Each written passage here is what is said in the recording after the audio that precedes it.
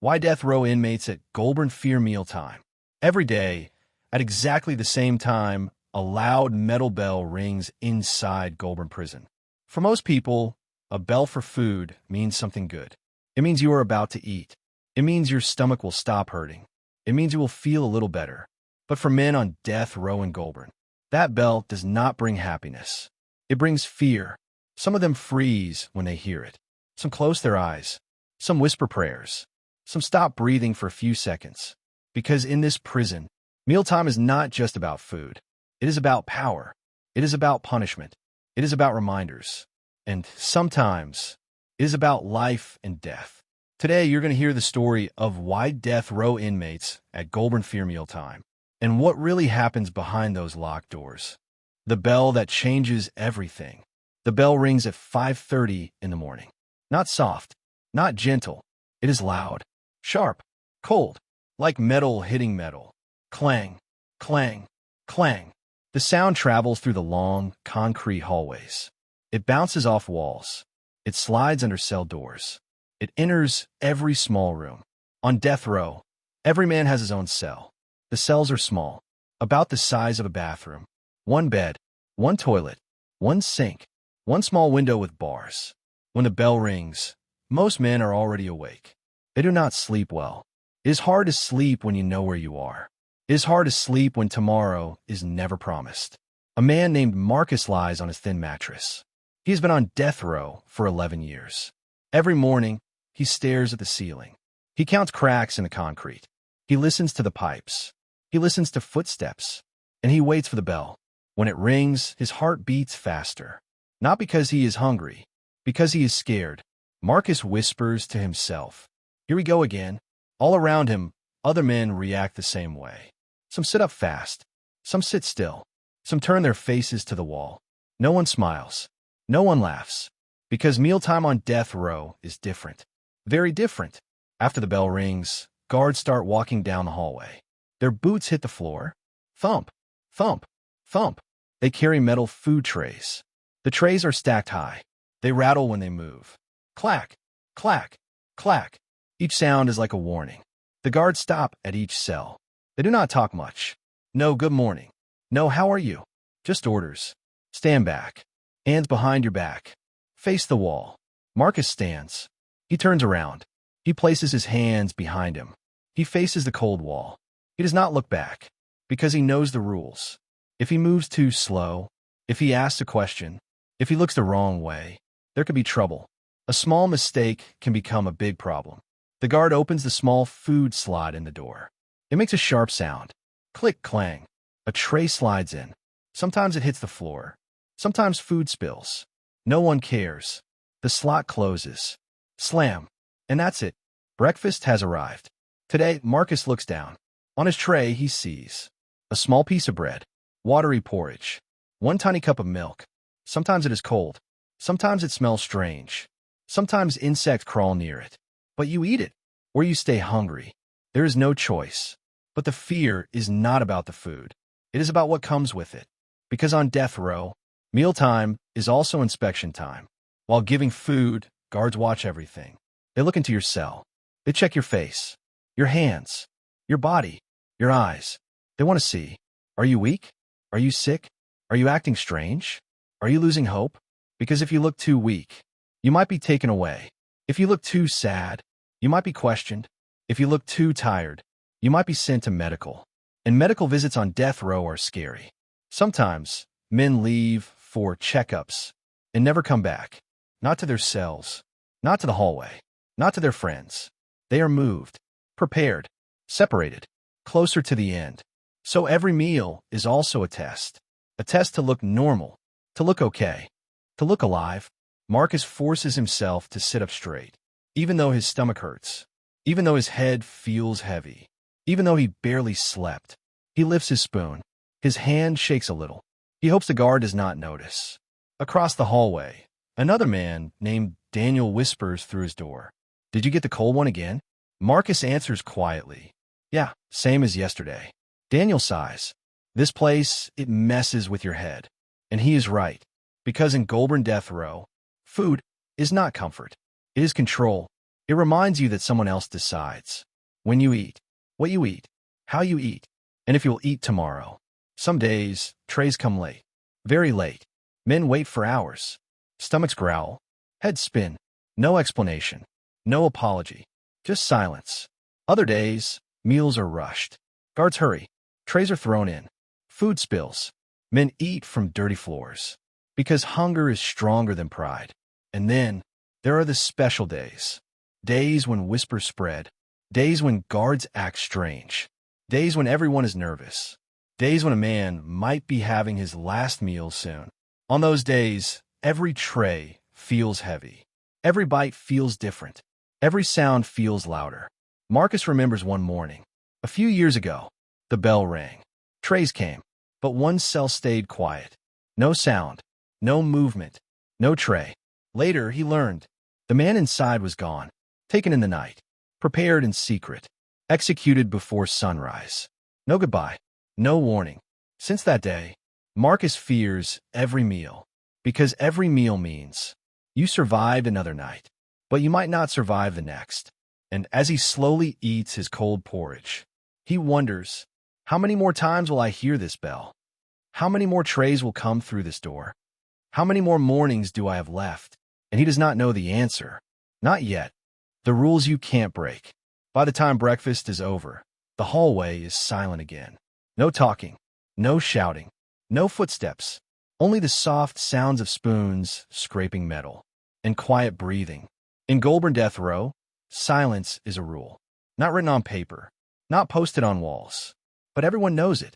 If you make noise during mealtime, you are noticed, and being noticed is dangerous. Marcus finishes his last bite slowly. He wipes his mouth with his sleeve. He places the empty tray near the slot. He waits. Waiting is something inmates learn very well. They wait for food. They wait for letters. They wait for news. They wait for years. Sometimes they wait for death. After about 20 minutes, guards return. Again, the boots. Thump, thump, thump. Again, the metal sound. Clang, clang. They collect trays. One by one. No talking. No eye contact. Marcus keeps his eyes low. He learned that early. Looking at guards too long can be seen as disrespect. And disrespect has a price. Once, when Marcus was new, he made a mistake. He had just arrived on death row. He was confused, scared, still hoping things might change. During lunch, a guard dropped his tray. Soup spilled everywhere. It soaked Marcus's blanket, his only blanket. Marcus spoke without thinking. "Sir, my blanket is wet." The hallway froze. The guard turned slowly. He stared at Marcus. His eyes were cold. "Did I ask you to talk?" Marcus shook his head. "No, sir." That night, Marcus did not get dinner. No explanation. No warning. Just nothing. He lay in bed hungry, cold, shivering under a wet blanket. From that day on, he learned. Do not complain. Do not explain. Do not ask. Just survive. There are many rules like this. Unspoken rules. Invisible rules. Rules that change depending on the guard. One guard might be kind. Another might be cruel. You never know who you will get. Some guards slide trays gently. Some slam them hard. Some whisper insults. Some stay silent. And some enjoy watching fear. Daniel once told Marcus through the wall, "Man, food here is like a game." "What kind of game?" Marcus asked. "A game where you always lose." Sometimes, guard forget a tray. An inmate waits. 30 minutes. 1 hour. 2 hours. No food. If he complains, he gets punished. If he stays quiet, he stays hungry. Either way, he loses. Sometimes food is half-cooked. Rice is hard. Meat is raw. Milk is sour. But you eat it, because tomorrow is never sure. Other times, guards search your food. They poke it, shake it, break it, not for safety, for control, to remind you, this is not yours. We allow you to have it. One day, Marcus found a small note in his bread, a piece of paper. It said, "Stay strong." Someone from the kitchen had written it. Maybe another inmate. Maybe a worker. It made Marcus smile for the first time in weeks. But the next day, a guard saw him smiling. "What's funny?" the guard asked. "Nothing, sir." The guard searched his cell, found the paper, tore it, threw it away. "No messages," he said. "No hope. that hurt more than hunger. Because hope is rare on death row, and mealtime is when hope is most fragile. There is also the posture rule. During meals, inmates must sit a certain way. Back straight, hands visible, no slouching, no lying down. If you look weak, if you look tired, guard might report you. Possible mental decline, possible self-harm risk. Then you are taken, put in isolation. No human voice, no sunlight, just walls. Marcus saw it happen to a man named Joseph. Joseph was quiet, polite. He prayed every day. One morning, he was too sad to eat. He just sat on his bed, looking down, did not touch his tray. A guard noticed. By evening, Joseph was gone, taken to observation. No one saw him again. Some say he was executed. Some say he lost his mind. No one knows. On death row, truth disappears easily. So every meal, Marcus forces himself to act normal. He eats, even when sick. He sits straight, even when tired. He pretends he is fine, even when he is breaking inside. Because breaking inside is allowed. Breaking outside is punished. Lunch comes at 12 o'clock. Dinner at 5 o'clock. Same bell. Same fear. Same rules. Over and over. Day after day. Year after year. Marcus sometimes thinks, I have eaten thousands of meals here, but I have never enjoyed one. Food is supposed to make you feel safe, warm, happy. Here, it makes you alert, nervous, careful, like walking on thin ice. One wrong move, and you fall. And when you fall on death row, no one helps you up. As night comes, Marcus lies on his bed, stomach half full, mind full of worries. He listens to Daniel whisper, You still there, brother? Yeah, Marcus replies. We made it today. Yeah, we did, but both know.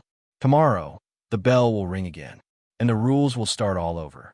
And next time, someone might not make it. When food becomes a weapon. By the third year on death row, Marcus understood something very clearly. Food in Goulburn prison was not just food. It was a weapon, a silent one, a slow one, but very powerful. It could break your body, it could break your mind, and it could break your spirit. Every inmate learned this lesson sooner or later, sometimes the hard way. One afternoon, during lunch, Marcus noticed something strange. The hallway was louder than usual. Guards were walking fast, talking in low voices. Doors were being opened and closed. Clang, slam, click. Daniel whispered through the wall. Something's wrong today. Marcus felt it too.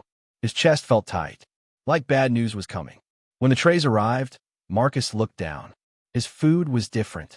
Instead of rice and beans, he saw 2 dry pieces of bread, a small cup of water. No meat, no fruit, no vegetables, just bread. Old bread, hard bread. He touched it. It was stiff, like a rock. Across the hall, men were murmuring quietly. What is this? They playing with us? This ain't food. But no one spoke loud. Everyone was scared. Later, Marcus learned the truth. That morning, one inmate had argued with a guard. Just words. Nothing violent. Nothing serious. But on death row, words are dangerous. So the guards punished everyone. They reduced the meals. All of them. Collective punishment. One man's mistake. Everyone suffers. That is how control works. You start blaming each other. You stop trusting each other. You become alone. That day, Marcus chewed his bread slowly. It hurt his teeth. His throat felt dry. But he ate. Because hunger is worse than pain. Another time, food became a weapon in a different way. A man named Samuel lived 3 cells down. Samuel was sick. Very sick. He had stomach problems. He often vomited. He lost weight. His face became thin. He begged for medical help. But medical care was slow. Paperwork. Waiting. Excuses. During meals, Samuel sometimes could not eat. The food made him worse. One evening, he pushed his tray back. I can't eat this, he whispered.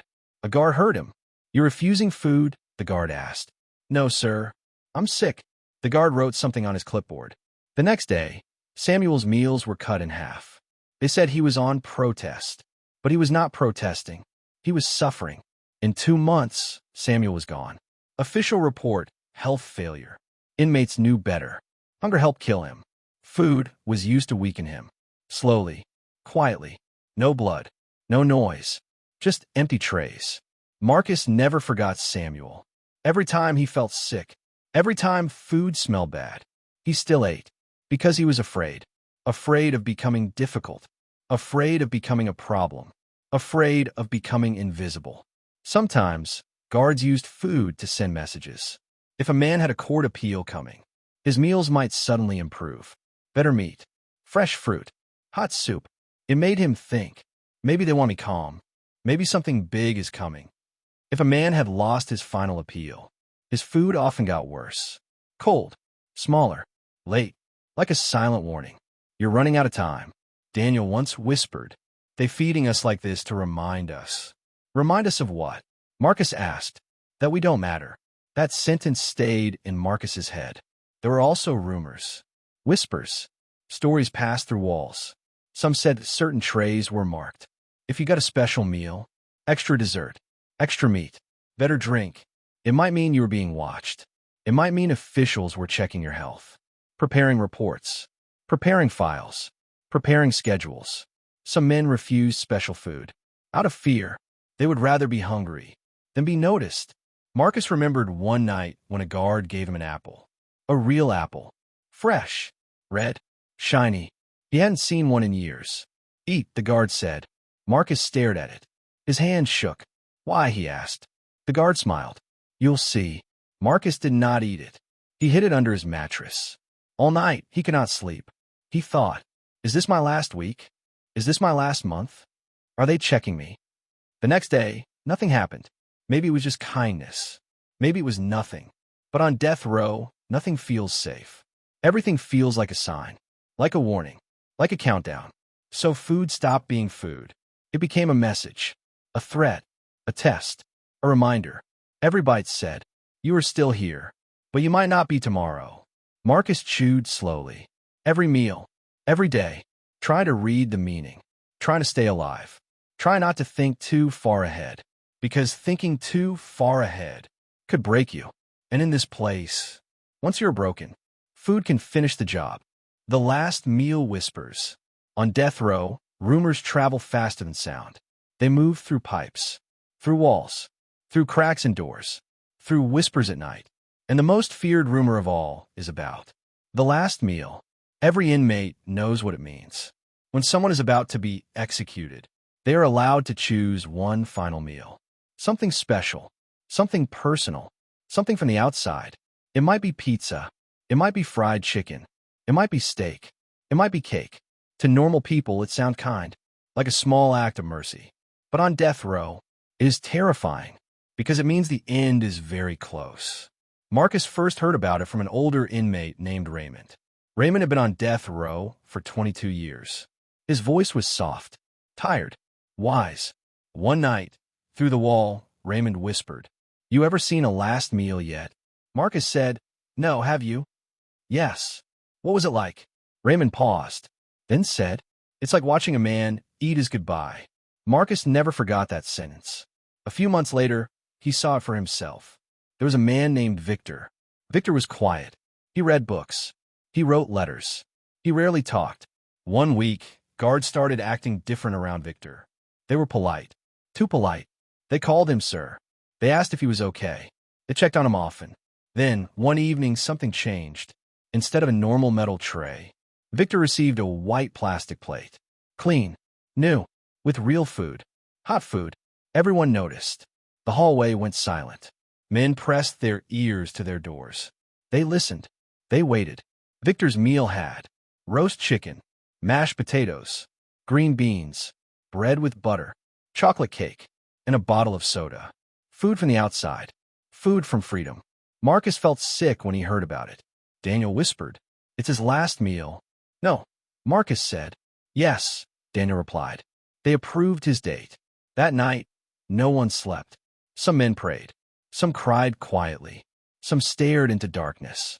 Victor ate alone, in his small cell, with guards watching. Every bite was recorded. Every movement written down. Not because they cared, but because it was procedure, rules, paperwork. In the morning, Victor was gone. No bell, no noise, just an empty cell. Cleaned, reset, ready for the next man. Since then, every time food looks different. Fear spreads. If someone gets extra bread, better meat, a warm dessert, everyone notices. Everyone whispers. Is it his time? Did he lose his appeal? Is he next? Sometimes the rumors are wrong. Sometimes it is just a mistake. But sometimes they are right. Marcus remembers when Daniel almost became the next one. One afternoon, Daniel got 2 pieces of chicken instead of 1. That never happened. Never. Marcus whispered. Why you got extra? Daniel laughed nervously. I don't know, man. But his eyes were scared. For days, Daniel barely ate. He pushed food around. He lost weight. He thought he was marked. He thought he was done. Finally, a lawyer visit came. Daniel had won a small delay. Not freedom. Just time. More time. The extra chicken had meant nothing. But the fear almost destroyed him. That is the power of food here. It controls minds. It creates nightmares. It makes grown men shake. There is another secret about last meals. Not everyone gets one. Some inmates refuse. They say, I don't want it. Don't pretend you care now. Some are too sad to eat. Some are too scared. Some just sit and stare. Marcus once heard about a man who ordered a big meal, but never touched it. He just looked at it for hours, then pushed it away. Said, I'm already full of pain. Guards took it, threw it away, like trash. Like him, Marcus thinks about this often. He wonders, if it's my turn one day, will I eat? Will I order anything? Will I even be hungry? He doesn't know. And that not knowing is torture, because every normal meal feels like practice. Practice for the last one. Practice for goodbye. Practice for death. Every time Marcus lifts his spoon, he thinks, is this just another meal? Or is this getting closer to the end? And that thought is what makes mealtime truly terrifying. Not the hunger, not the rules, not the guards, but the waiting, the wondering, the counting, and knowing one day a special plate might slide through his door, and he might never hear the bell again. When hunger meets hope. After years on death row, Marcus learned something strange. Hunger was not the worst pain. Fear was. Loneliness was. Waiting was. But sometimes, very rarely, mealtime brought something else. Hope. Small. Weak. Easy to break. But still, hope. It came in quiet ways. Hidden ways. Ways that guards did not always see. Like notes in bread. Extra sugar in tea. A warmer tray on cold days. A kind word whispered fast. Stay strong. You're not forgotten. You matter. Those tiny things meant everything. One afternoon, Marcus found a folded paper under his tray. So small it almost disappeared. He opened it carefully. It said, My brother believes in you. No name. No date. Just that. Marcus stared at it for a long time. His hands shook. Someone outside remembered him. Someone cared. For the first time in months, he felt human again. That night, he whispered to Daniel, I got a message today. What kind? From outside. Daniel was quiet. Then he said softly, That's golden here, man. Because on death row, messages are life. They remind you that the world still exists. That streets still have cars. That kids still play. That people still laugh. That life continues. Even without you. Sometimes inmates shared food. Not directly. That was not allowed. But in secret ways. If someone was sick, another man might push part of his bread near the vent. Let it fall close. Let gravity do the work. If someone was weak, others might eat less on purpose. So guards wouldn't notice. So food could accidentally drop. It was risky. If caught, punishment was harsh. Isolation. No meals. No visits. But they did it anyway. Because survival is easier together. Marcus once gave his dessert to an older man named Paul. Paul was 67. Tired. Broken. He barely spoke. One night, Marcus slid his small cake near the edge. Paul reached it with a stick. Their eyes met through bars. Paul whispered, Thank you, son. That was better than any meal. There were also days when hope came from memories. During meals, men talked about food from home. Daniel loved talking about his mother's cooking. Man, she made the best jollof rice, he said, with chicken and spice. Marcus smiled. I remember my grandma's stew, with soft meat and thick sauce. For a moment, they were not inmates. They were sons, brothers, kids again, sitting at family tables, laughing, safe. Those moments were short, but powerful. like sunlight through clouds. Sometimes volunteers came, religious workers, counselors. They brought special holiday meals. Thanksgiving, Christmas, small improvements, better bread, warm soup, extra fruit. Those days felt different. The air felt lighter. Men talked more. Some even smiled. But even on happy days, fear stayed. Because happiness on death row is dangerous. You don't want to enjoy too much. You don't want to hope too much. Because when it's taken away, it hurts twice as much.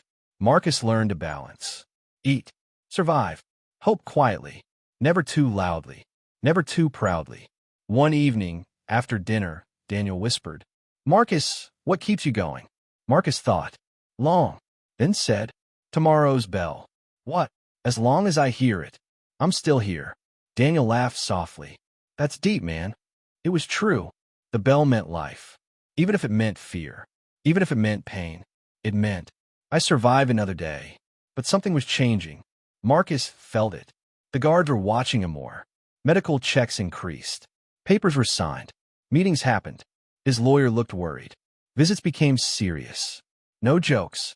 No smiles. One day, Marcus got an orange. A real orange. Fresh. Bright. Sweet-smelling.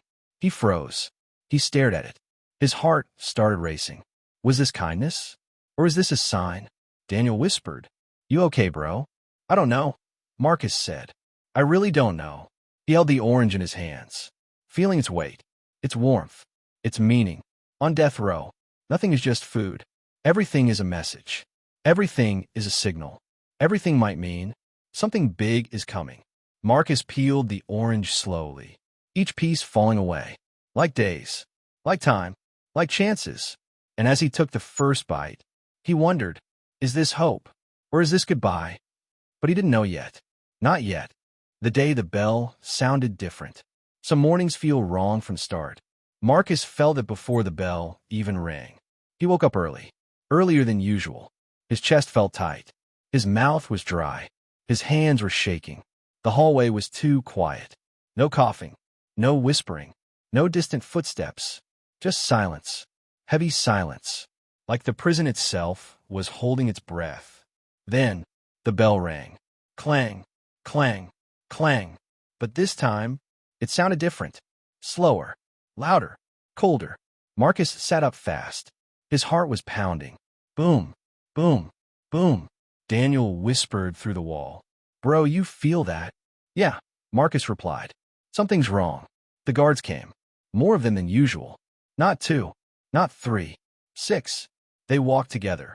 Boots in perfect rhythm. Thump, thump, thump. They were serious. No jokes. No side talk. No smiles. Each one had papers in his hand. Clipboards. Folders. Files. That never happened during breakfast. Never. Marcus felt sweat run down his back. The first guard stopped at the cell across from him. A man named Leon lived there. Leon had been on death row for 15 years. He was calm, quiet, always respectful. The guard opened Leon's slot, but he did not slide in food. He slid in papers. White papers. Official papers. Everyone froze. Leon picked them up slowly. His hands were shaking. What is this?" Leon asked softly. No answer. The guard walked away, went to the next cell, then the next, then the next. Not everyone got papers. Only 3 men. Leon, another man named Harris, and Marcus. When the guard stopped at Marcus's door, time felt slow. Like the world had paused. The slot opened. Click. A folder slid in. Slap. It hit the floor. The slot closed. Slam. Marcus stared at it. Did not move. Could not move. Daniel whispered urgently. "Marcus, what they give you?" Marcus couldn't speak. He picked up the folder. His hands were numb. Inside were court documents. Legal language. Stamps. Signatures. Dates. He did not understand everything. But one line stood out. Execution review scheduled. His breath stopped. Scheduled. That word. Scheduled. It meant someone had put his life on a calendar. Like an appointment. Like a meeting. Like a delivery. Marcus sat on his bed. His head was spinning. He felt sick. He felt cold. He felt empty. No breakfast came. No tray. No bread. No porridge. Nothing. For him. For Leon. For Harris. Everyone noticed. 3 empty slots. 3 missing trays. Daniel whispered. They didn't feed you. No, Marcus said. His voice was weak. That's bad, Daniel replied. Yeah, Marcus said. I know. Later, a guard came back. With a special tray. Not metal. Plastic. Clean. With better food. Chicken. Rice. Vegetables. Juice. Dessert. Marcus's heart sank. It was happening. Not the last meal yet. But close. Very close. This was observation phase. Final checks. Health reviews. Mental reports. They wanted to see. Is he stable? Is he calm? Is he ready? Marcus stared at the tray. He could not eat. He felt like crying. Like screaming. Like disappearing. But he did none of those things. He sat straight. He picked up his fork. He ate slowly. Like he always did. Pretending he was okay. Pretending he was normal. Pretending he was not terrified. Across the hall, Leon was crying quietly. Harris was praying out loud. Guards watched. Writing notes. Checking boxes. Making decisions. With pens. Not hearts. Daniel whispered. Marcus, listen to me. Yeah. No matter what, you're still you. Marcus closed his eyes. I know, but did he? That night, Marcus could not sleep. He held his blanket tight. He listened to every sound. Every step. Every door. Every key. He kept thinking, this is real now. This is not just stories. This is not rumors. This is me. He thought about his mother. His childhood. His mistakes. His regrets. His dreams. All packed into one small cell. And tomorrow, the bell would ring again. But maybe for a different reason. And that thought was more frightening than hunger ever was. The meal before the answer. After the papers came, nothing felt normal again. Not the walls. Not the light. Not the sounds. Not even Marcus's own breathing. Everything felt louder. Closer. Heavier. Like time itself had slowed down. The next morning, Marcus did not wait for the bell. He was already awake. Sitting on his bed. Staring at his door. Counting seconds in his head. 1, 2, 3. He stopped counting. It made him more nervous. When the bell rang, it sounded sharp, like it was cutting through his chest. Clang, clang, clang. Guards arrived quickly. Same group. Same serious faces. Same folders. Marcus knew them now. He hated that. This time they brought food. But again, not the regular tray. It was better. Too good. Eggs. Toast. Sausage. Warm tea. Fresh fruit. Real breakfast. Not prison breakfast. Special breakfast. Marcus's stomach twisted. He whispered to himself, "This ain't good." Daniel whispered, "They treating you like a guest." "More like a goodbye guest," Marcus replied. Marcus forced himself to eat. Every bite felt heavy, like he was swallowing fear. Guards stood nearby, watching, not talking, just observing. One of them wrote something down when Marcus finished his eggs. That scared him more than anything. Why write that? What did it mean? Later that day, Marcus was taken out of his cell. That almost never happened. 2 guards cuffed his hands. Another walked behind him. They moved slowly down the hallway. Inmates pressed their faces to doors, watching, whispering, "Is it him? Is he next? Why are they moving him?" Marcus kept his head down, but inside, he was screaming. They took him to a small white room. No windows. 1 table. 3 chairs. A camera in the corner. 2 officials waited. Not guards. Men in suits. Clean shoes. Calm voices. They looked like office workers. Like bankers. Like teachers. Not people who decide life and death. "Marcus Johnson," one said. "Sit down." Marcus sat. His cuffs were removed. His wrists hurt. The man opened a file. "Your case is under final review," he said. "We are assessing your mental and physical condition." Marcus nodded. He didn't trust his voice. "Have you been eating properly?" the man asked. "Yes, sir," Marcus replied. "Any health problems?" "No, sir." "Any thoughts of harming yourself?" "No, sir." All lies. Small lies. Necessary lies. Because the truth was dangerous. If he said yes, they could isolate him, delay things, change plans, or speed them up. He didn't know, so he played safe. After 20 minutes, it was over. "Return him," one man said, like he was a package, like he was furniture. Back in his cell, Marcus collapsed on his bed. He felt drained, empty, like something had been taken from him. That evening, dinner came. Again, better than usual. Fish, rice, vegetables, cake, milk. Too much kindness. Daniel whispered. They buttering you up, bro. I know, Marcus replied. It feels fake. That night, Marcus dreamed of food, but not prison food. His mother's soup. Hot, smelling of spices. Steam rising. Her smiling face. Eat my son, she said. Be strong. He woke up crying, quietly, so no one would hear. The next day was worse. No bell in the morning. No food. No guards. Nothing. Just waiting. Hours passed. Then finally, footsteps, keys, voices. A guard stopped at Marcus's door. Johnson, he said. Be ready. For what? Marcus asked. The guard did not answer. He walked away. Daniel whispered urgently. Ready for what? Marcus shook his head. I don't know. But deep inside, he felt it. The answer was coming. Soon. Very soon. And whatever it was, food would be part of it. Like always. The tray that no one touches. The guards returned just before evening. Not fast. Not slow. Measured. Careful. Like every step mattered. Marcus stood when he heard the keys. His legs felt weak. His mouth was dry again. The guard opened the slot. This time, he did not say a word. He slid in a tray. But this tray was different. No lid. No steam. No smell. Just neatly placed food. Too neat.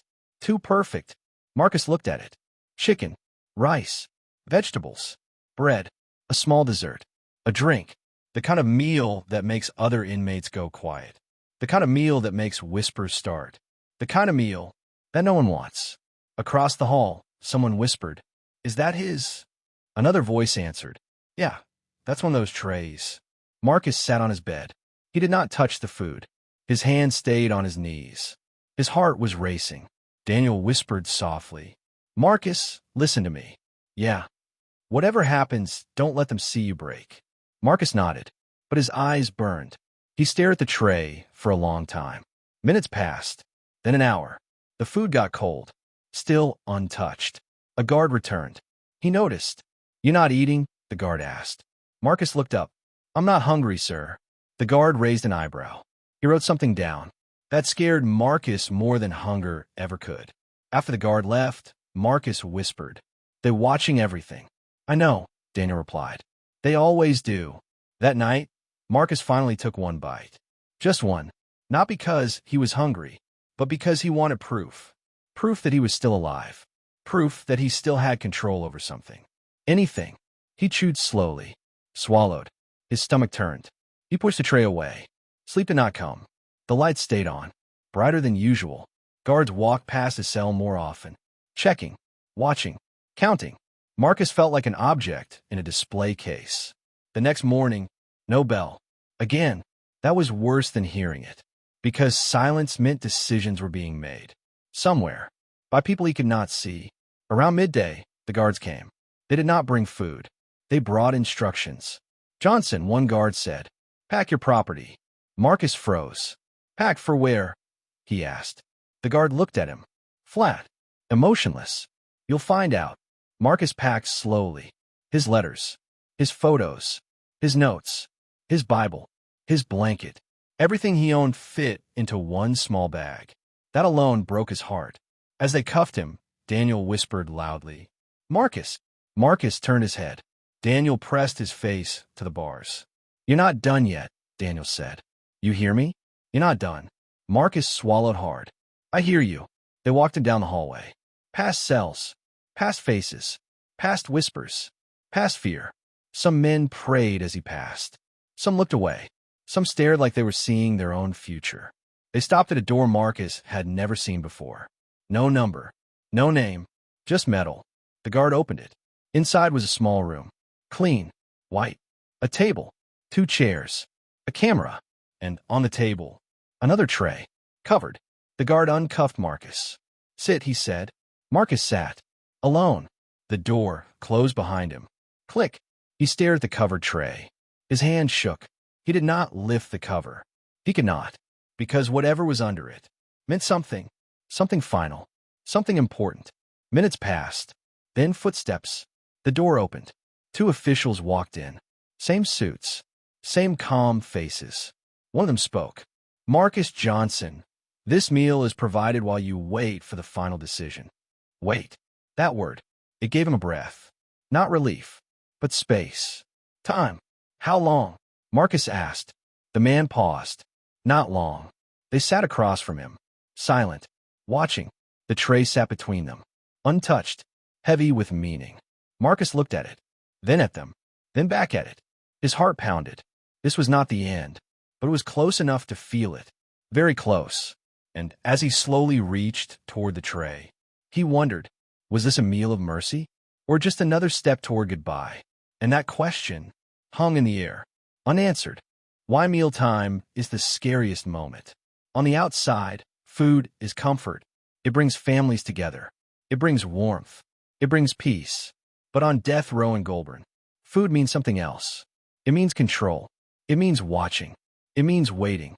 Every bell is a reminder that someone else owns your time. Every tray is a message you did not ask for. Every bite comes with fear, not because the food is bad, but because of what it might mean. A normal tray means you survived another day. A better tray means questions. Silence means decisions are being made. And a special meal means your name might be written on a schedule. That is why death row inmates fear mealtime. Not because they are hungry, but because food is never just food. It is a test, a signal, a countdown. For men like Marcus, every meal asks the same question. Is this just another day? Or is this the beginning of the end? And until the answer comes, they eat carefully. They hope quietly. They listen closely, waiting for the bell, waiting for the tray, waiting for fate to choose. Because on death row, the scariest moment isn't execution day. It's the meal time before it, and the silence that follows.